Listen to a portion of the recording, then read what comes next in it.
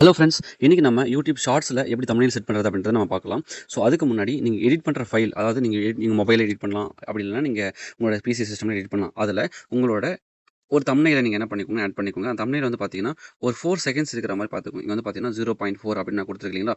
இப்போ இந்த வீடியோ நான் ப்ளே பண்ணுறேன், எவ்வளோ சீக்கிரமாக இந்த தம்ப்நெயில் போகுதுன்னு பாருங்க.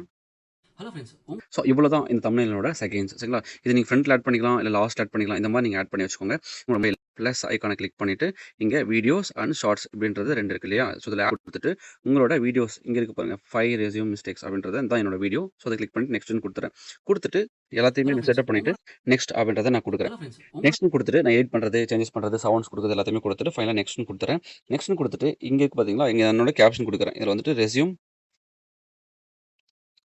5 மிஸ்டேக்ஸ் அப்படின்னு சொல்லிட்டு நான் என்ன பண்ணுறேன்னா கொடுத்துட்டு ஃபைனலாக என்ன பண்ணுறேன்னா இங்கே ஒரு பென்சில் ஐக்கான் மாதிரி இருக்கு இல்லையா, அந்த பென்சில் ஐக்கானை கிளிக் பண்ணிவிட்டு என்னோட ரெஸ்யூமில் இருக்கிற, அதாவது அந்த வீடியோவில் இருக்கிற ஒரு ஃப்ரேமுமே எனக்கு வந்து காட்டும். அதில் ஃபஸ்ட்டு 4 செகண்ட்ஸ் 0.4 செகண்ட்ஸ் நம்ம வந்துட்டு இந்த தம்ப்நெயிலோட இமேஜ் கொடுத்துருந்தோம் இல்லைங்களா, அதை நீங்கள் என்ன பண்ணிக்கலாம்னா சூஸ் பண்ணிக்கலாம். சூஸ் பண்ணிக்கிட்டு எஸ்ன்னு கொடுத்துட்டு அப்லோட் கொடுத்துட்டீங்க அப்படின்னா உங்களோட ஷார்ட்ஸ் வந்துட்டு அப்லோட் ஆகிடும்.